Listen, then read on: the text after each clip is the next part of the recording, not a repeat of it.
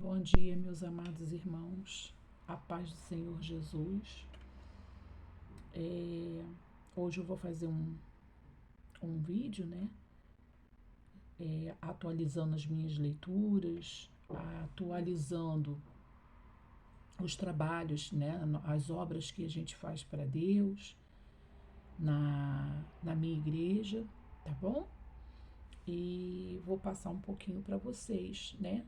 Do que eu tenho aprendido, né? O dia a dia com Deus.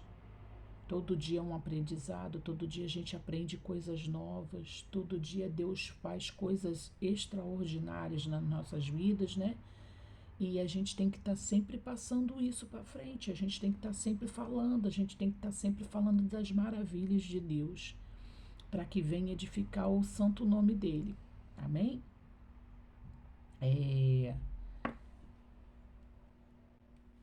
Eu fiz a última vez com vocês foi sobre quem fala sem pensar, né?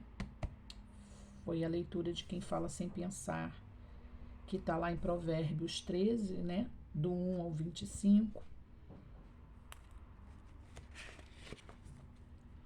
E deixa eu ver aqui, teve a palestra do dia 1º do 6, a palestra da família, né? Que é a reconstrução do eu, foi a 5ª fase, que é a infraestrutura, né?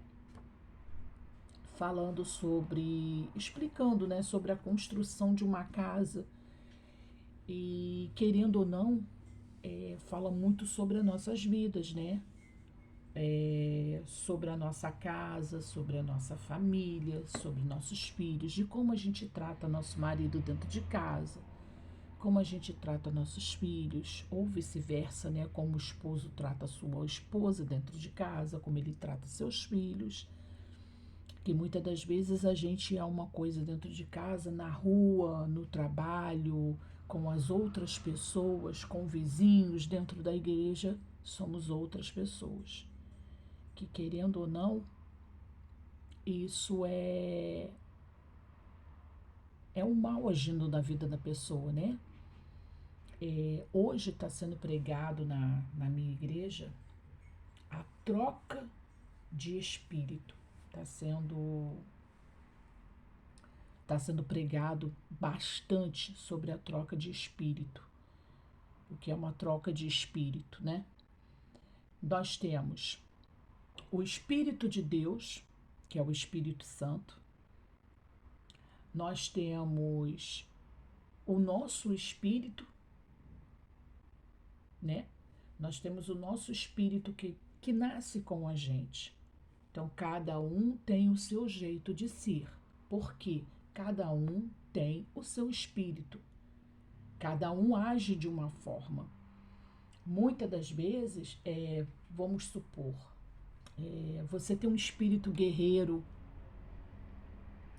você tem um espírito que nada te abala, nada te bota para baixo, nenhuma palavra mal colocada, nenhuma ação daquele dia, nada te deixa com mau humor, nada te deixa para baixo. Você é sempre uma pessoa alegre, uma pessoa extrovertida, uma pessoa ativa, né, que está pronta para qualquer coisa.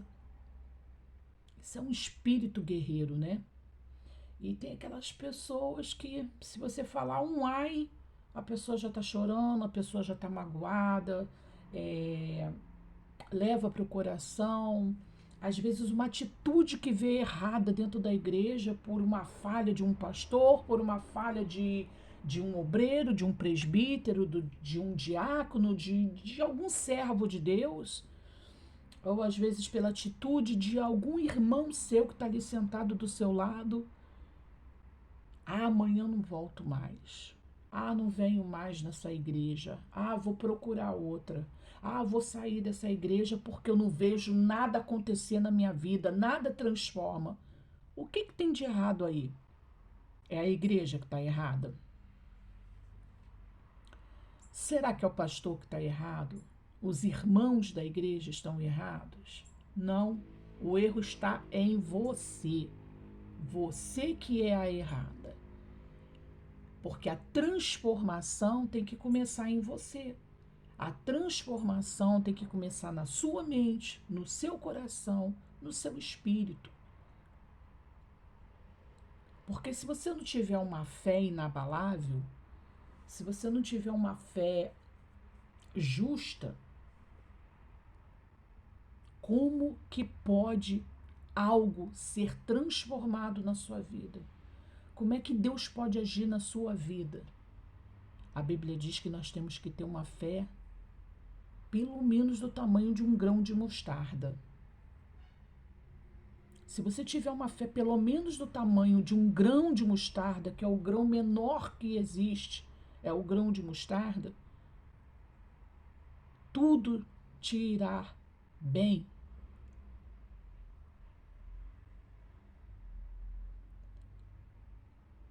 Aí ouve uma palavra errada, leva para o coração, já fica logo chateado, já fica logo magoado. Eu tô falando isso para vocês porque eu vejo isso dentro da minha igreja, tá? Eu ouço isso dentro da minha igreja. Murmuração, reclamação. O povo murmura muito. O povo reclama demais. Reclama disso, reclama daquilo outro. Meu Deus, quantos estão agora nesse momento num leito de hospital? Vamos parar só para analisar um pouquinho. Quantos estão numa cama de hospital agora nesse momento? Precisando de um oxigênio, né? Precisando do ar de Deus para respirar. Querendo falar e não pode porque tá em coma. Daria tudo para estar hoje no seu lugar, trabalhando, ou numa escola estudando, ou dentro da igreja louvando e agradecendo ao Senhor. E a gente simplesmente reclama de tudo. A gente só sabe dar graças, a gente só sabe agradecer a Deus quando as coisas vão bem. Quando as coisas estão ruins, todo mundo só sabe reclamar, só sabe murmurar. E isso já vem muito lá de trás, né? Isso já vem muito lá de trás. Isso já vem desde a época lá de Moisés, né? Vamos falar da época de Moisés. Desde a época de Moisés. Quando Moisés tirou o seu povo do Egito, da escravidão,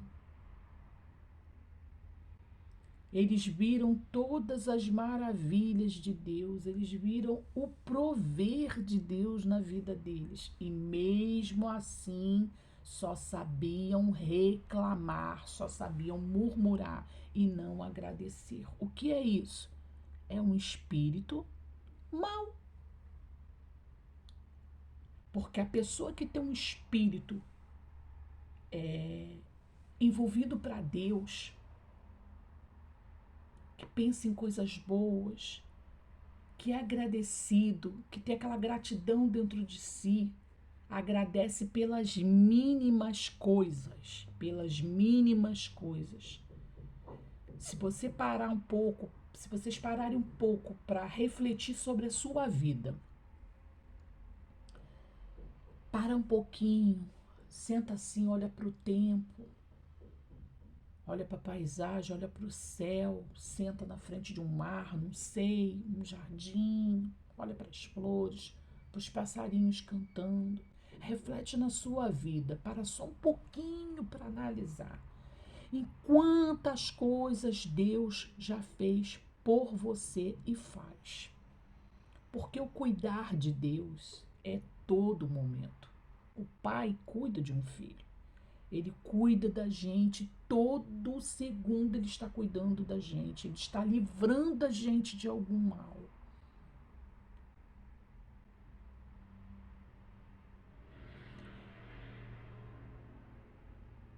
É um livramento, né? Que você não percebeu, mas teve um livramento na sua vida. Eu estava lembrando esses dias Eu estava contando até para, acho que foi para uma irmã lá da minha igreja que eu estava contando. Eu ouvi na hora que a gente estava indo evangelizar algumas pessoas comentando sobre negócio de assalto e que Deus livrou, que não foi visto naquele momento e tal. Há muitos anos atrás, eu vou botar muitos anos porque hoje eu tô com 50. Nessa época eu deveria ter o quê? Uns 25, 27 anos de idade, por aí, não sei, mais ou menos nessa faixa de idade. E eu morava lá em Niterói, foi assim que eu me separei do meu primeiro marido. Eu morava lá em Niterói. E eu pegando a van, peguei a van lá em Niterói, né, pra ir trabalhar, que eu trabalhava em Alcântara, peguei a van lá no Fonseca, na Alameda. Peguei a van e entre esse caminho dali de Niterói para Alcântara, mais ou menos Caramujo, na subida da caixa d'água que tem ali no Fonseca para você pegar a RJ, aí tem uma subida, sabe? Uma subida assim de uma ladeira bem alta que se chama caixa d'água. E no meio do caminho ali, a van foi parada, logicamente, entrou um rapaz. Olha só, eu até o momento não prestei atenção em nada, não vi nada. Eu fui totalmente cega. E eu não estava na presença de Deus. E mais para frente, um pouco, bem mais para frente, bem mais para frente. Aí o rapaz desce, tá? Aí o motorista falou assim, gente, vocês não precisam me pagar passagem depois do ocorrido e tal. E eu sem entender nada. Eu perguntei para a pessoa que estava do meu lado, o que que houve? Que ele tá falando que ninguém precisa pagar passagem. Você não viu não? Falei, o quê? Nós acabamos de ser assaltado. O cara botou a arma na cabeça do motorista da van, assaltou todo mundo dentro da van. Não pegou nada seu não? Falei, meu não. Nada. E eu nem vi nada. Eu nem vi ele assaltando, eu não vi ele pegando arma, eu não vi ele fazendo nada. Simplesmente, Deus me colocou invisível dentro daquela van. Porque ele não me viu e nem eu vi ele. Olha como é que Deus age na nossa vida. Olha quantos anos tem isso. Olha como é que Deus cuida da gente em todos os momentos. E a gente não para prestar atenção. A gente não para ver a mão de Deus em cada cantinho da nossa vida. Vamos falar assim, né? Cada cantinho da nossa vida. Aí eu tava falando isso pra irmã. Nossa, aconteceu isso comigo também. O poder de Deus é tão grande na nossa vida. O agir de Deus é tão grande na nossa vida. Nós temos que agradecer todos os dias. Qual é a nossa primeira premissa para o Senhor? O que é primícia? Dízimo.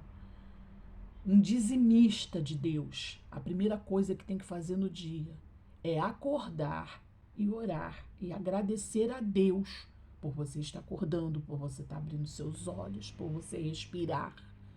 É a primeira coisa que a gente tem que fazer. Dízimo não é só dinheiro, não. Dízimo é a nossa vida total para Deus, é a nossa entrega total para Deus. Acordou de manhã cedo, abriu o olho, a primeira coisa, Senhor, obrigado. Obrigado por eu estar abrindo meus olhos, por eu acordar, pelo seu cuidar, pelo seu carinho, pelo seu amor sobre a minha vida. Isso é o dever de um dizimista, de um servo fiel ao Senhor. Temos que ter um espírito guerreiro, temos que ter um espírito amoroso, um espírito íntegro para o Senhor. Então, isso está sendo pregado na minha igreja todos os dias, em cima de juízes, sobre a vida de Gideão. Está sendo pregado. Então, aí aqui fala sobre como cuidar da família, né? Como você cuidar do seu lar. Aí dia 15/6 também, outra palestra da família, que foi a continuação da infraestrutura. O segredo de um casamento feliz. O segredo de um casamento feliz.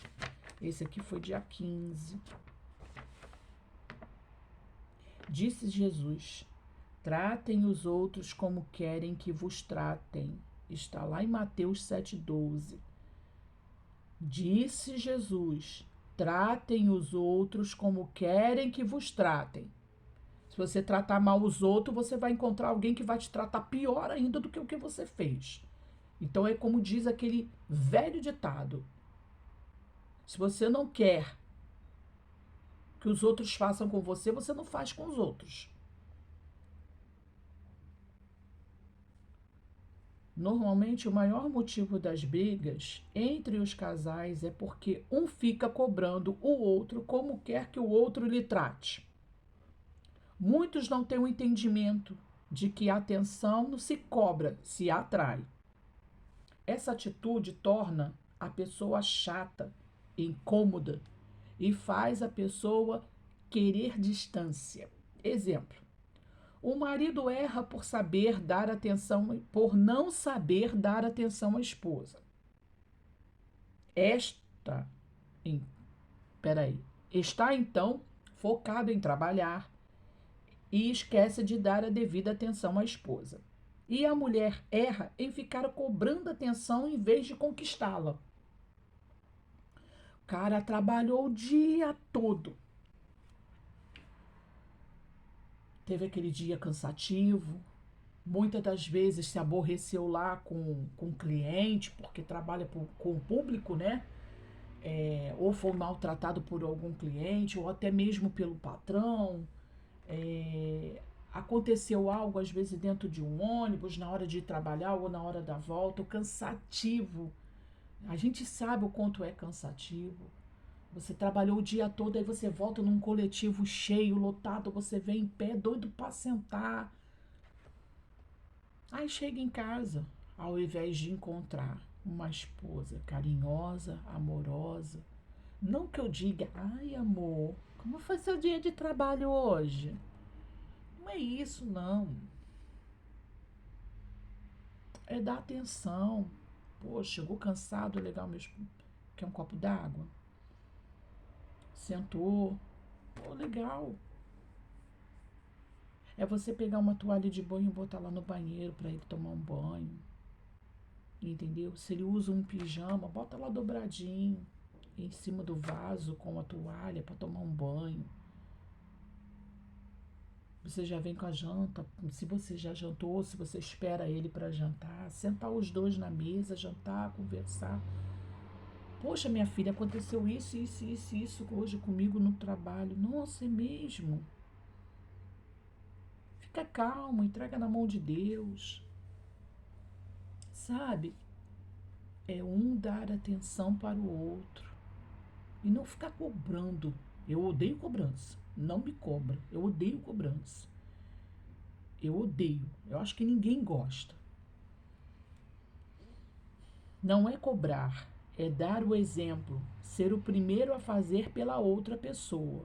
A pessoa, quando casa, tem um pensamento de que casou para ser feliz, de que a pessoa tem que lhe fazer feliz e não se preocupa em fazer a outra pessoa feliz também. Não pensa no que ela pode fazer para agradar a outra pessoa.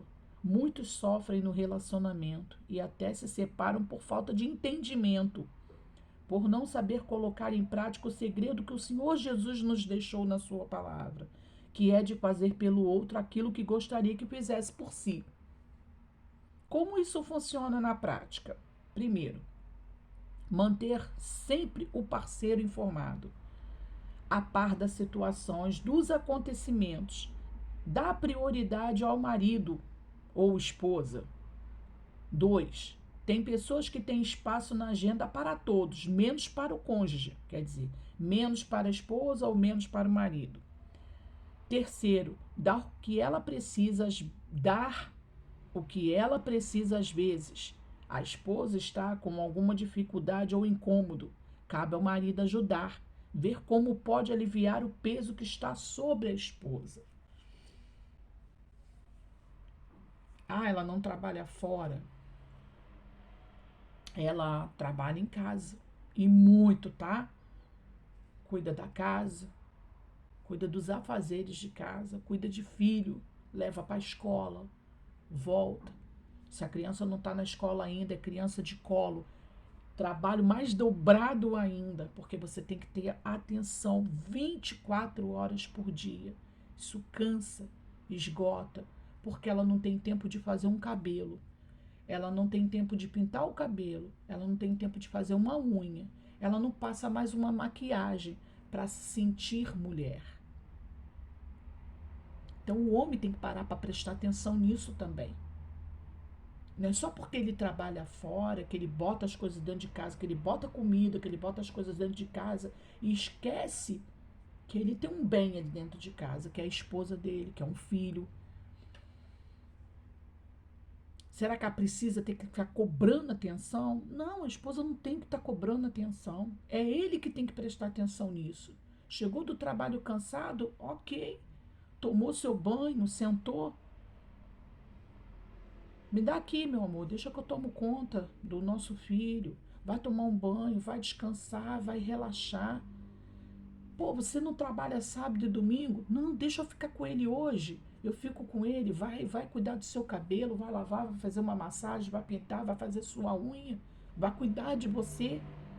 Porque ela tá se cuidando não é só para ela, é para você também. Porque você é o marido dela, ela vai estar se cuidando para você também. Você não quer ver uma mulher bonita dentro de casa? Então, tudo isso, pastor, nos ensina na reunião da família. Eu já vi muita mulher com a autoestima baixa porque não consegue se cuidar. Eu tiro pela minha filha. Eu tenho uma filha mais velha que já é casada, mãe de 2 filhos, e ela estava assim, ela estava com a autoestima baixa porque ela não tinha tempo para fazer um cabelo, ela não conseguia fazer o cabelo. Há muito tempo que ela não sabia o que era passar uma maquiagem, a fazer uma unha. Então vamos parar um pouquinho, irmãos. Dá atenção para sua esposa dentro de casa. Por mais que você esteja cansado, ela também está cansada o dia todo de cuidar da casa, de cuidar do filho, mas ela não esquece de você. Sua roupinha está lavada, sua roupinha está passada, cheirosa. Ela está de banhozinho tomado, cheirosa, te esperando chegar do trabalho.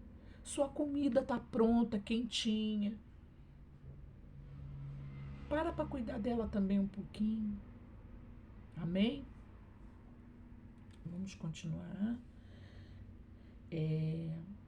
O que vai fazer o casamento ir bem é esse cuidado, o prazer de agradar um ao outro que eu acabei de falar. Os dois têm que ter esse pensamento de priorizar, de dar, e assim vai receber aquilo que quer ou precisa. Procure saber o que o outro precisa. Faça isso para que você viva bem. Porque nunca ninguém odiou a sua própria carne, antes a alimenta e sustenta, como também o Senhor a igreja. Porque somos membros do seu corpo, da sua carne e dos seus ossos. Por isso deixará o homem seu pai e sua mãe, e se unirá à sua mulher, e serão dois numa carne. Efésios 5, 29 ao 31. Então, o Senhor já falava sobre o casamento, sobre isso. A partir do momento que você casa, você se torna um só. É um cuidar do outro. A pessoa pode não ter nenhuma instrução ou formação, porém ela sabe comer na hora que sente fome, tomar banho na hora que se sente suja, ir ao médico ou tomar o medicamento na hora que sente dor, dormir na hora que sente sono, cuidar do seu próprio corpo, e o casamento é isso: saber cuidar da outra pessoa assim como faz consigo mesmo. O marido, a esposa inteligente, cuida um do outro como a palavra de Deus ensina. como também Cristo amou a igreja e a si mesmo se entregou por ela. Efésios 5:25. O Senhor Jesus, sendo a cabeça, deu a vida pela igreja, e a igreja, por sua vez, também deve se entregar por Cristo. Nisso há um casamento, uma aliança, onde os dois se tornam uma só carne.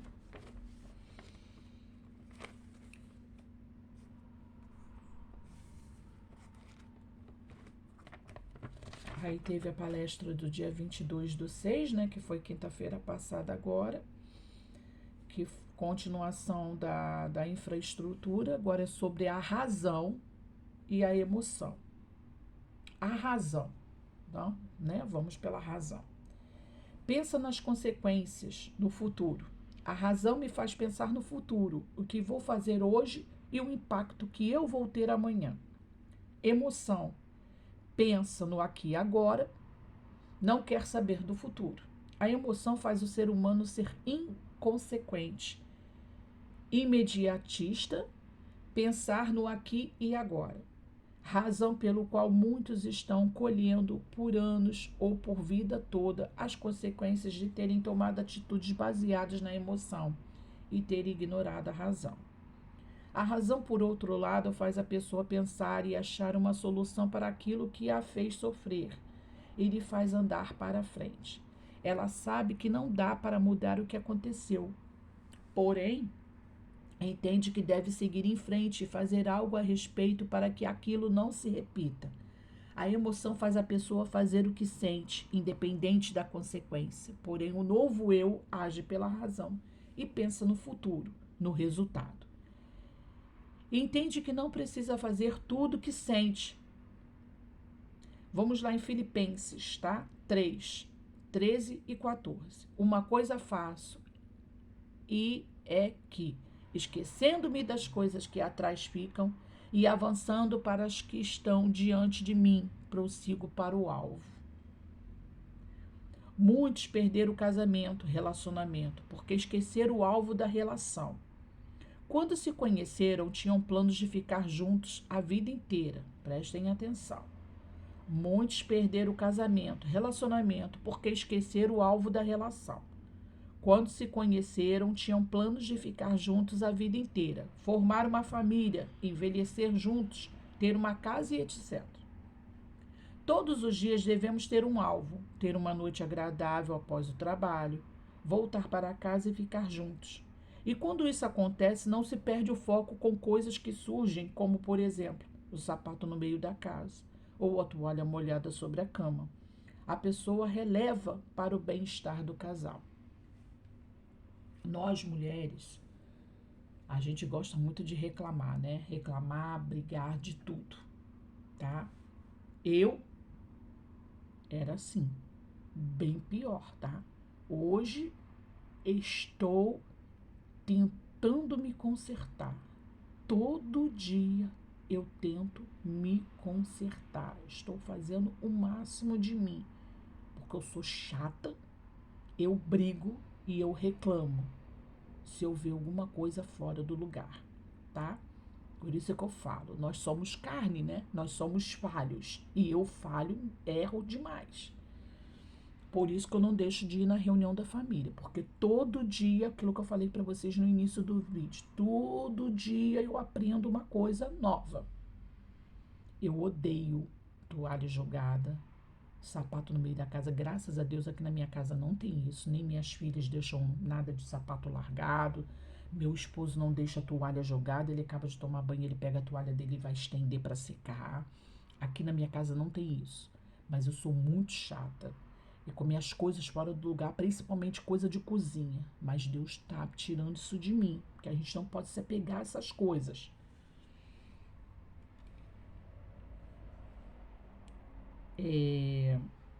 Então, pelo bem-estar da nossa vida conjugal, da nossa família, a gente tem que deixar de lado muitas coisinhas, muitas picuinhas para se viver bem. A razão faz a pessoa ter um alvo e prosseguir para o alvo. Porém, como prosseguir, avançar para o alvo? É preciso dar um passo, depois outro e assim por diante, que são as decisões. Vai ser preciso vai ser preciso vigiar o que fala. A gente tem que vigiar tudo aquilo que a gente fala, né? Às vezes uma palavrazinha, misericórdia. O que ouve, as emoções, e não esperar que o alvo venha até você como uma mágica, mas sim ir ao encontro dele. É decidir, razão, colocar em prática o que está aprendendo. Deus só age quando a pessoa está na fé, na emoção.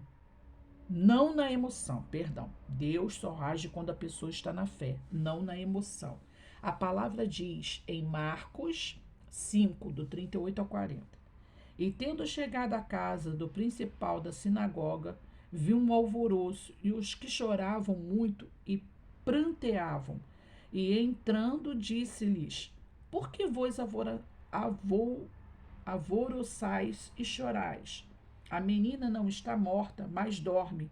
E riam-se dele, porém ele, tendo os feito sair. A emoção é assim. Antes do Senhor Jesus chegar, estavam chorando e pranteando. Quando ele disse ela dorme, eles começaram a rir dele, razão pela qual Jesus os retirou e operou o milagre. Para o milagre acontecer, é necessário retirar a emoção e agir pela fé. Razão manda no coração e não o contrário. A exemplo da anatomia humana, cabeça em cima e coração embaixo. Verdade. A cabeça está acima do coração, né? Então,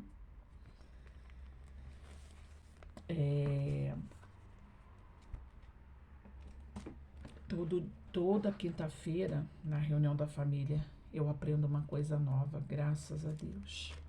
Muito ensinamento bom. Meu Deus, Deus nos ensina a todo momento. Todo dia toda quinta-feira todo dia, né? Vamos botar assim, porque o único dia que eu não vou na igreja é terça, o resto eu vou todos. E Deus faz coisas extraordinárias na nossa vida, né? Deus faz coisas extraordinárias na nossa vida. Sempre um ensinamento. Eu aprendi muita coisa, como eu acabei de falar com vocês. Eu aprendi muita coisa dentro de casa, né? A lidar dentro de casa. Então, a pregação na igreja está sendo sobre juízes, em juízes, né? Ontem o bispo, gente, deixa eu falar, o nosso pastor Alexandre foi transferido para outro estado, para uma nova missão, né? E ficou só um mês aqui. Muito abençoado aquele pastor. Que Deus abençoe ele cada vez mais no ministério dele.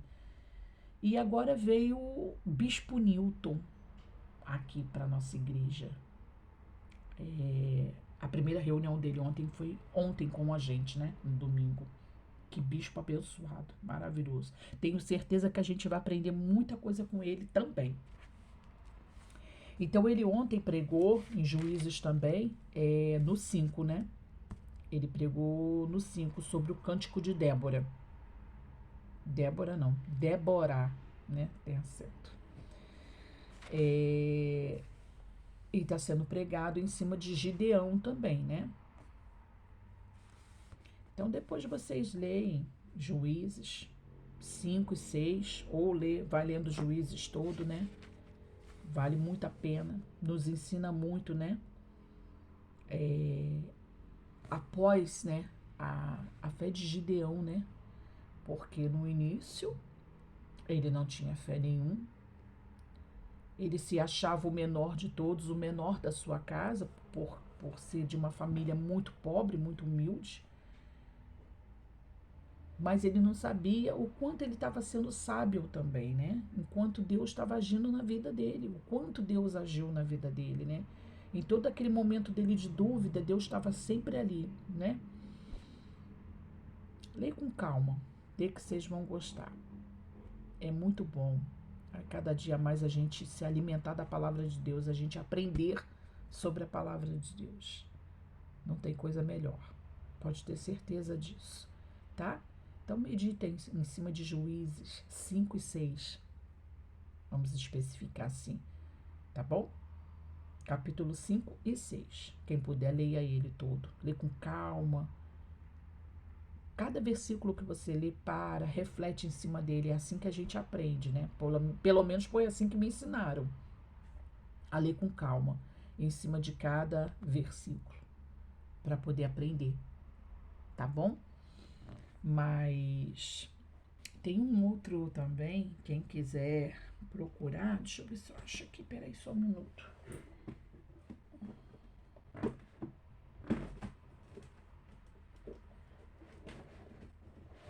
Achei. Não sei se eu já mostrei vocês uma vez.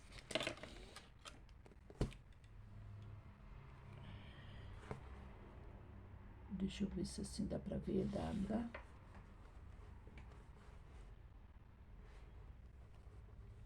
É o Casamento Blindado.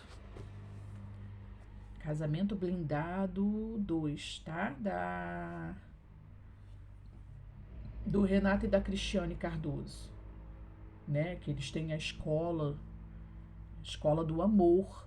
Acho que todo mundo conhece já há muitos anos, né? Gente, esse livro é simplesmente maravilhoso. Você, esposa, mulher que está passando por algum problema no seu casamento, que esteja passando por dificuldades, não digo só financeiro não, tá? Amor, atenção, carinho ou traição, que seu esposo esteja te traindo,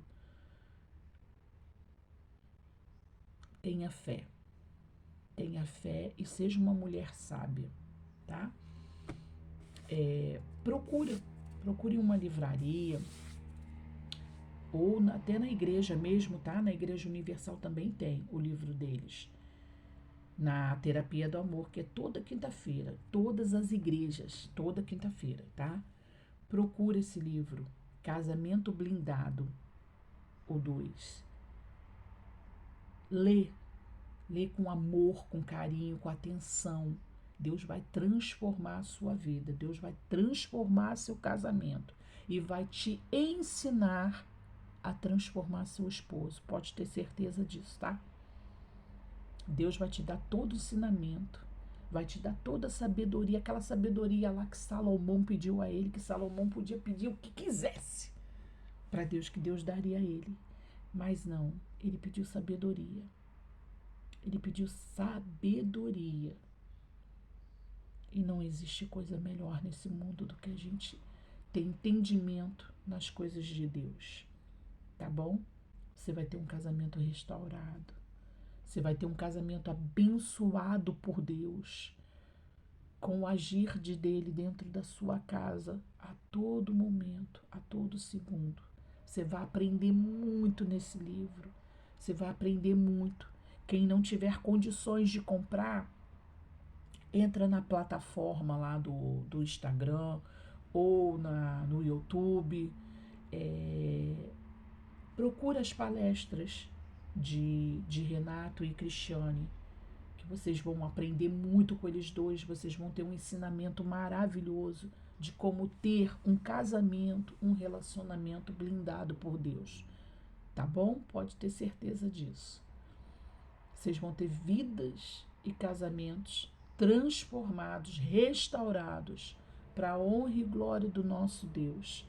Eu creio, eu afirmo com certeza absoluta, que vocês terão um casamento blindado e transformado por Deus.